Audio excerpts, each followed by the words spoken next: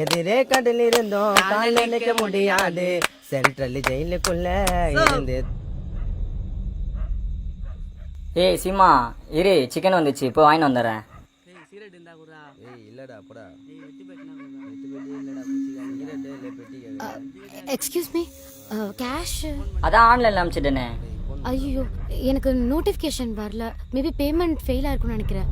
இருங்க பார்க்குறேன். ஆமாம் ஃபெயில் ஆகிட்டு இருக்கு.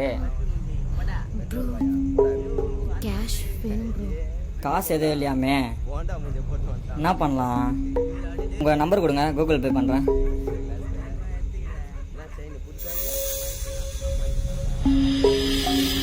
என்ன பயமா இருக்கா?